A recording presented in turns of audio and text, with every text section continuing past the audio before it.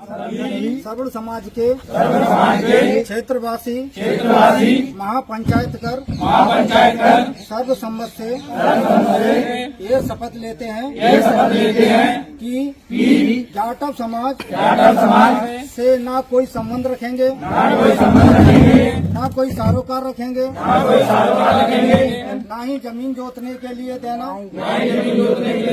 ना ही अपनी जगह में आने जाने देंगे।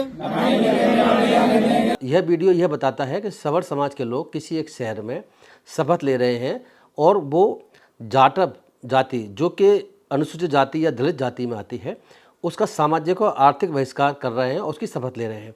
अब सवाल ये है कि क्या ये शपथ जायज़ है, लीगली वैलिड है, क्या कॉन्स्टिट्यूशनली है, क्या ये संभव है कि सवर्ण समाज जो कि सो कॉल्ड जनरल समाज कहा जाता है उनके लोग दलितों की किसी जाति, इस केस में तो हम देख रहे हैं कि वो जाटव जाति की बात है, क्या दलितों की किसी भी जाति के खिलाफ इस तरह के सामाजिक और आर्थिक बहिष्कार की शपथ ले सकते हैं और ये कर सकते हैं? क्या संविधान में प्रोविजंस है, क्या कोई और कानून है जो इसको अपराध बनाता है या नहीं बनाता है, क्या पोजीशन है? हम इस वीडियो के लीगल एस्पेक्ट को लेकर के आज चर्चा करेंगे। संविधान अपनी प्रस्तावना में साफ कहता है कि सभी व्यक्तियों को चाहिए कि वो भाईचारा देश में बनाए रखें।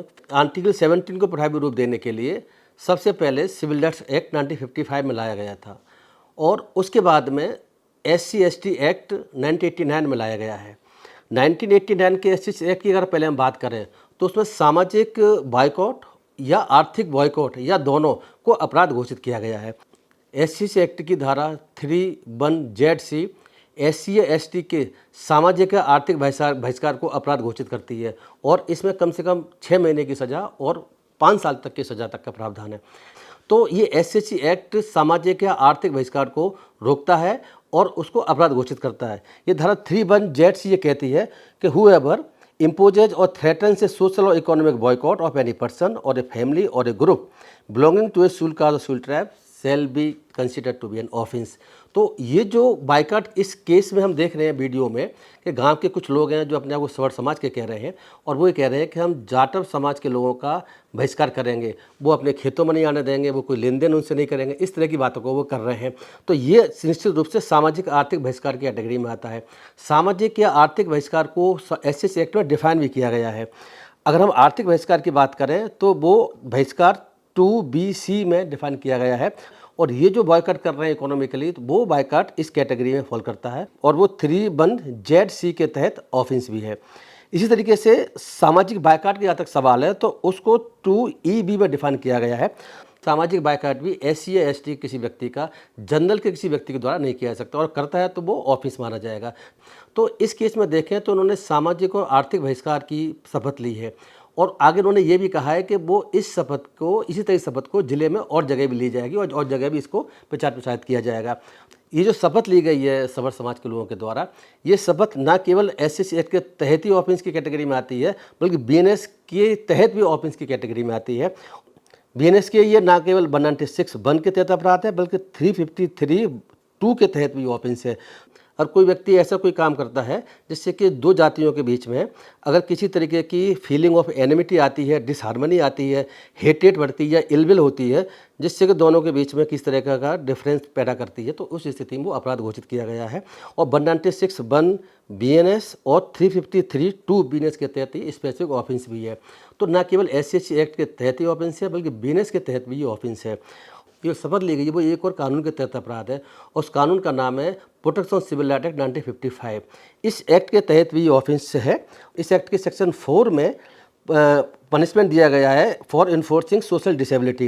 अगर सोशल डिसेबिलिटी किसी में अगर इन्फोर्स की जाती है तो उस स्थिति में ऑफेंस है। हम जैसे बताया कि इसमें सामाजिक रूप से बहिष्कार किया गया है। इसी तरह के सेक्शन 6 है जो ये कहता है कि punishment for refusing to sell goods और रेंडर सर्विस। किसी व्यक्ति को सामान बेचना या कोई सर्विस देने से मना करता है जो और लोगों को दी जाती है तो मना कर देता है तो वो भी इसमें ऑफेंस बनाया गया है। इस तरह के सेक्शन 7 भी अट्रैक्ट होता है इस एक्ट का जो कहता है कि punishment for other offences arising out of अनडिसेबिलिटी। अनडिसेबिलिटी के आधार पर जो ऑफेंसेस हैं उसके लिए पनिशमेंट इसमें दिया गया है। सेक्शन 7 का 1C ये कहता है कि whoever by words are the spoken or written or by signs or by visible representation or otherwise incites or encourages any person or class of person or the public generally to practice untouchability in any forum whatsoever। हमारे हिसाब से ये जो शपथ ली गई है, जिन लोगों ने शपथ ली गई है वो लोग संविधान के आर्टिकल 17 के तहत असंवैधानिक काम कर रहे हैं, नंबर 1। दूसरा SC एक्ट की धारा 3(1)(z)(c) के तहत ऑफेंस कर रहे हैं। उसके अलावा सिविल राइट्स एक्ट की धारा 4, 6 और 7 के तहत ऑफेंस कर रहे हैं। इसी तरीके से जो बीएनएस की धारा 196(1) और 353(2) के तहत भी ऑफेंस कर रहे हैं।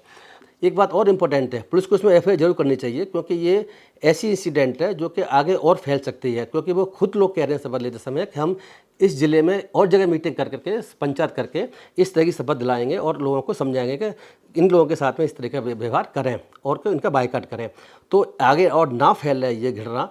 तो इसे ज़रूरी है कि पुलिस तुरंत इसमें एफआईआर करे और एफआईआर करके कानून के तहत जो भी कार्रवाई हो सकती हो वो कार्रवाई करें। इस वीडियो में इतना ही, अगले वीडियो में मिलेंगे। धन्यवाद।